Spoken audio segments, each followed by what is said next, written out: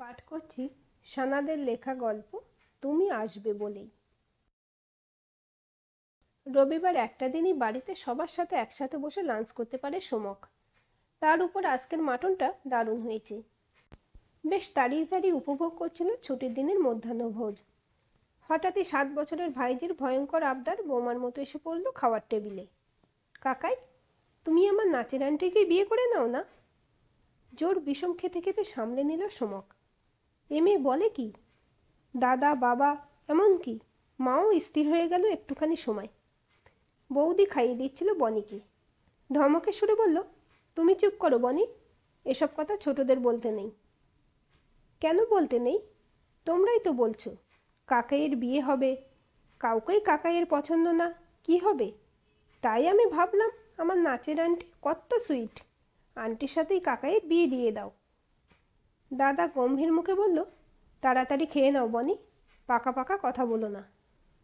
বাবা একটু হেসে বলল, না, এটা মানতেই হবে, দিদিভাইয়ের চয়েস আছে।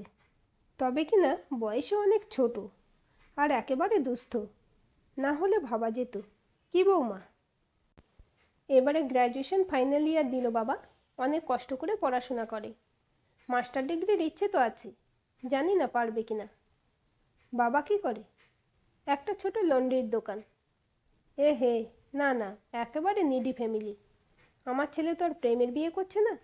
সম্বন্ধ দেখে কে আর এরকম ঘরের মেয়ে বাড়িতে আনে? না না, এ চলবে না। কোনো রকমে গলাধকরণ করে উঠে পড়ল সোমক। বিয়ে নিয়ে কোনো রকম আলোচনাতেই থাকতে মন চায় না। আজ যদি সব কিছু ঠিক চলতো, তার জীবনের ওই চরম অভিজ্ঞতা যদি না ঘটত, তবে তো কবেই। ও, কেন যে মনে পড়ে সেসব কথা, কেন যে আজও তাড়া করে বেড়ায় তাকে। কবে এই যন্ত্রণা থেকে মুক্তি? তাই তো এতদিন বিয়ে করবে না বলেই দৃঢ়প্রতিজ্ঞ ছিল সে। কিন্তু মা, এই একটা জায়গায় বড় দুর্বল সোমক। মায়ের জোড়াজড়িতেই 32-এ পা দিয়ে বিয়ে করতে রাজি হওয়া। তবে সে ভালো করেই জানে এ জীবনে তার অন্তত কাউকেই পছন্দ হবে না। কিন্তু বনি আজ খাওয়ার টেবিলে এটা কি বলল? যা তা ব্যাপার একেবারে। একটা বাচ্চা মেয়ে, তার সাথে কিনা মেয়েটি রবিবার করে বাড়িতে আসে বলে প্রায় রবিবারই দেখা হয়। দেখা মানে ওই আর কি, ভালো করে কোনো দিনই তাকিয়ে দেখেনি সোমক, কাউকেই দেখে না। আর এই মেয়ে তো ছুটতে ছুটতে আসে, আবার ছুটতে ছুটতে যায়। এসেই বাঁধা বলি, একটু দেরি হয়ে গেল বৌদি। রোজ একই কথা, আপন মনে হেসে ফেলল সোমক।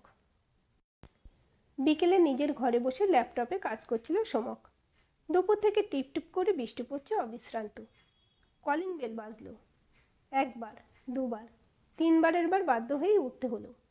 বেশ বিরক্তি সহকারে দরজা খুলে অপ্রস্তুত সোমক। দরজায় আধা ভেজা অবস্থায় দাঁড়িয়ে ছুটন্ত ম্যাডাম।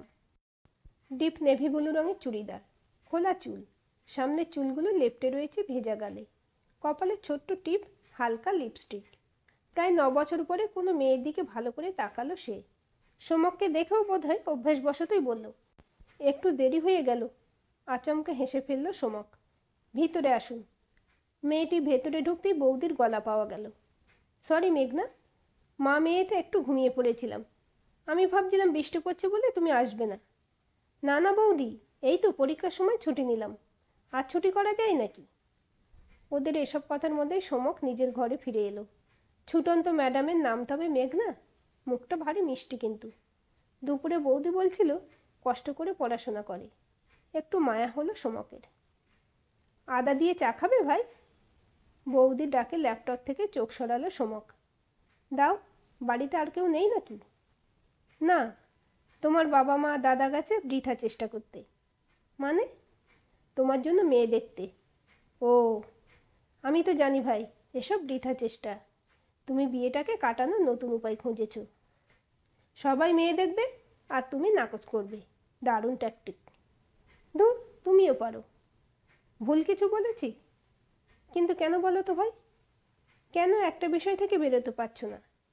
প্লিজ বৌদি। না, আমি চুপ করব না। আগেও বলেছি, আজও বলবো, সব মেয়ে একরকম হয় না। এই পৃথিবীতে সোনিয়ার মতো মেয়েরাও যেমন আছে, মেঘনার মতো মেয়েরাও তেমনই আছে, বুঝলে? বুকটা ধড়াস করে উঠল সোমকের। হঠাৎ বৌদি মেঘনার কথা কেন বলল? বাইরে বৃষ্টির গতিবেগের সাথে ভিতরে ছটফটানি ক্রমশ বাড়ছে। এই এক যন্ত্রণা। কেন যে বৌদি সোনিয়ার কথা তুলল? ভাই, আমার একটা কাজ করে দেবে? আবার বৌদির ডাকে ঘোর কাটল সোমকের। এই বৃষ্টিতে মেঘনা বাস অটো কিচ্ছু পাবে না। তোমার দাদা তো বাড়ি নেই, তুমি ওকে একটু বাড়ি পৌঁছে দেবে ভাই, প্লিজ। গাড়ি স্টার্ট করতেই মেঘনা বলল, আপনাকে কি বিপদেই না ফেললাম বলুন তো? আরে না না, আমি তো ঘরে বসে বসে বোর হচ্ছিলাম। আমি বৌদিকে অনেকবার বারণ করেছিলাম। বাসের জন্য কতক্ষণ ওয়েট করতেন এই বৃষ্টিতে?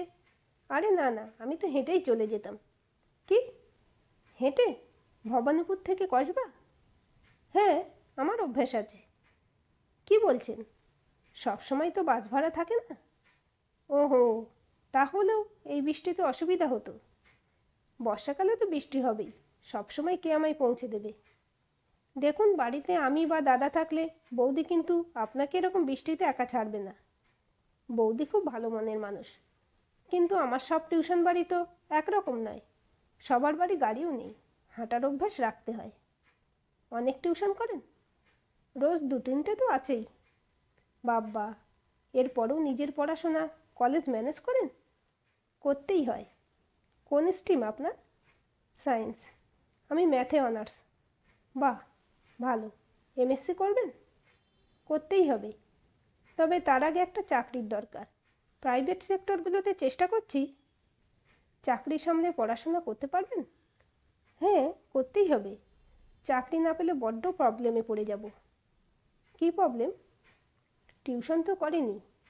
অবশ্য আপনার পার্সোনাল প্রবলেম। আমার জিজ্ঞেস করাটাই অন্যায়, সরি। এ মা, না না, আপনাকে না বলবার মতো তো কিছু নয়। আসলে নিম্ন মধ্যবিত্ত বাড়ির মেয়ে, গ্র্যাজুয়েশন ফাইনাল ইয়ার দেওয়া মানেই তো বিয়ের তাড়না শুরু, বুঝতেই পারছেন। আপনি বিয়ে করতে চান না? না, তা নয়। আমি আসলে আমার ক্যারিয়ারটা নিয়ে চিন্তা করি। একটা ভালো চাকরি, বাবা মায়ের পাশে দাঁড়ানো, এগুলোই স্বপ্ন আমার। যদি এসব মেনে নিয়ে কেউ বিয়ে করতো তবে আপত্তি করতাম না। তবে এত বায়না কে মানবে বলুন? তাও আমাদের মতো ঘরে। তাও বাবার জোরাজোরিতে একবার বসেছিলাম পাত্রপক্ষের সামনে সংসেজে। সে এক বিশ্রী ঘটনা। কীরকম? আর বলবেন না। আমার এক জেঠুর মেয়ের বিয়েতে আমাকে দেখে এক এনআরআই পাত্র পছন্দ করে বসলো। এনআরআই? হ্যাঁ, জেঠু এই কথাটা আমাদের বাড়িতে এসে বলতেই আমার মাথাটা গরম হয়ে গিয়েছিল। আসলে দেখুন, সবাই তো দেশ ছেড়ে, বাবা মাকে ছেড়ে বিদেশে যেতে চায় না। আমিও সেই মানসিকতার মানুষ। আমার আপত্তি শুনে সবাই আমায় পাগল বলল। আপনিও হয়তো মনে মনে বলছেন, কিন্তু বাবা জোরাজোরিতে বসতেই হলো ওদের সামনে। সেদিন এক কাণ্ড। ছেলের মা দিদির কি ডমিনেটিং অ্যাটিটিউড! আমাকে তো কত কিছু বলল। এটা করতে হবে, ওটা শিখতে হবে, মডার্ন হতে হবে, অন্যরকম পোশাক পরতে হবে, এক্সেট্রা এক্সেট্রা। শেষে আমার বাবাকে বলে কিনা, আপনারা তো হাতে চাঁদ পাচ্ছেন, মেয়েকে তা বলে খালি হাতে পার করবেন না। ভাবুন একবার, কি অসভ্য! আমি আর সহ্য করতে পারিনি। বললাম, দেখুন, আমি যাইনি আপনাদের ছেলেকে পছন্দ করে ওকে দেখতে। আপনারা এসেছেন, তাই আমি যেমন, আমাকে তেমনভাবে অ্যাকসেপ্ট করার কথা। আর একটা কথা হলো, আপনাদের ছেলেকে আমি বিয়ে করতে চাই না। আমার এনারাই পোষাবে না। এ কি গাড়ি থামালেন যে? কোনো সমস্যা হলো কি? আপনার কি শরীর খারাপ লাগছে? কি হয়েছে আপনার? আজ যদি তোমায় না দেখতাম, তোমার কথা না শুনতাম, তাহলে জানতেই পারতাম না পৃথিবীতে তোমার মতো মানুষও আছে।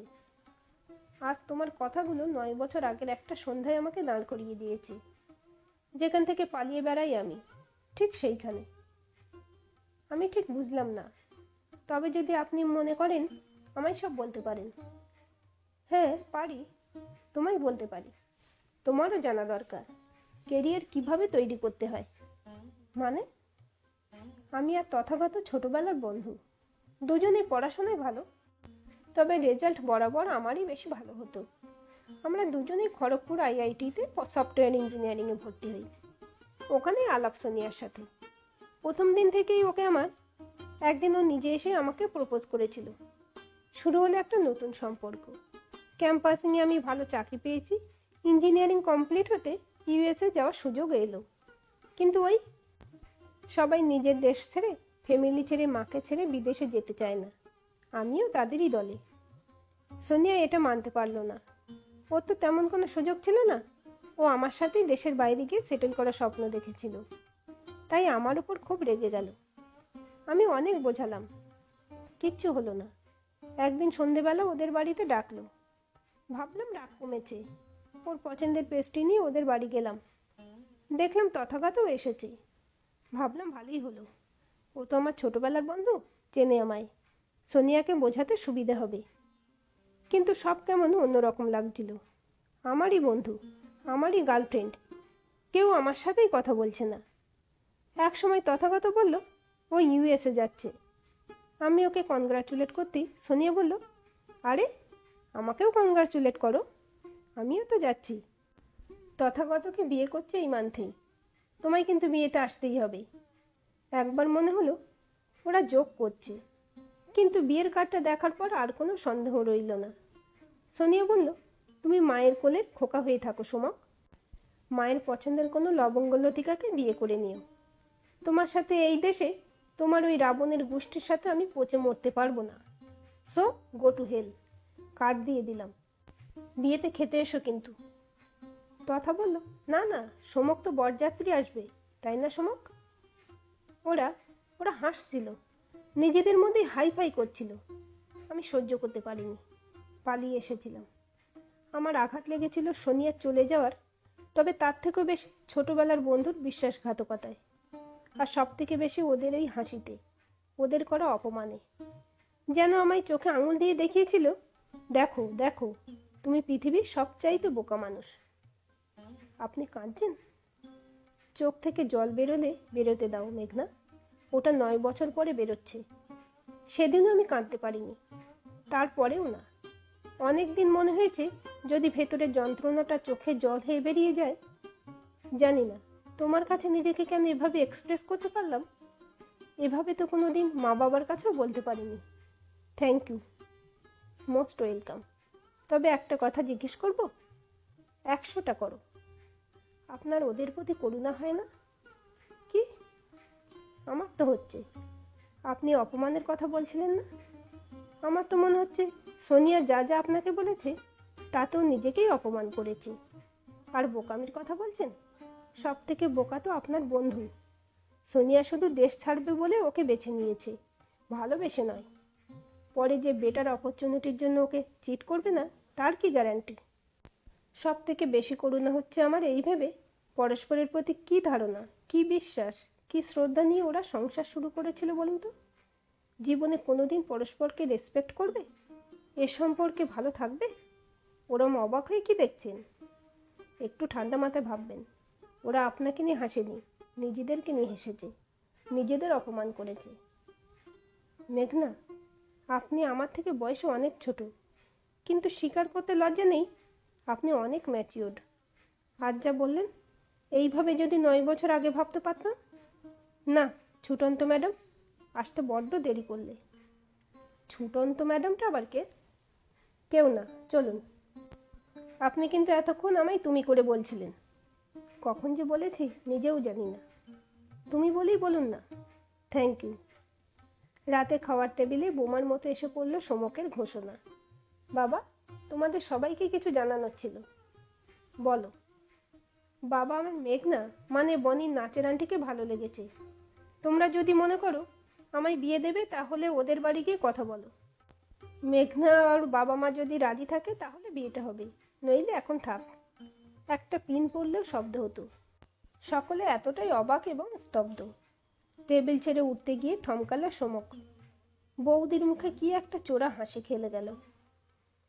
বিয়ে রাতে বাসর ঘরে ঢুকে সোমক মেঘনাকে বলল, বৌদিকে অনেক কষ্টে ম্যানেজ করে তোমার সাথে একটু একা একা কথা বলতে এসেছি। খুব জরুরি ছিল তাই। কেন করলেন বলুন তো? আমার কাজিনরা সমানে লেগ পুল করে যাচ্ছে। একটু আগে আমাদের বিয়ে হয়ে গেছে মেঘনা, এখন আমায় আপনি বলবে? যাক, সে তোমার ইচ্ছে।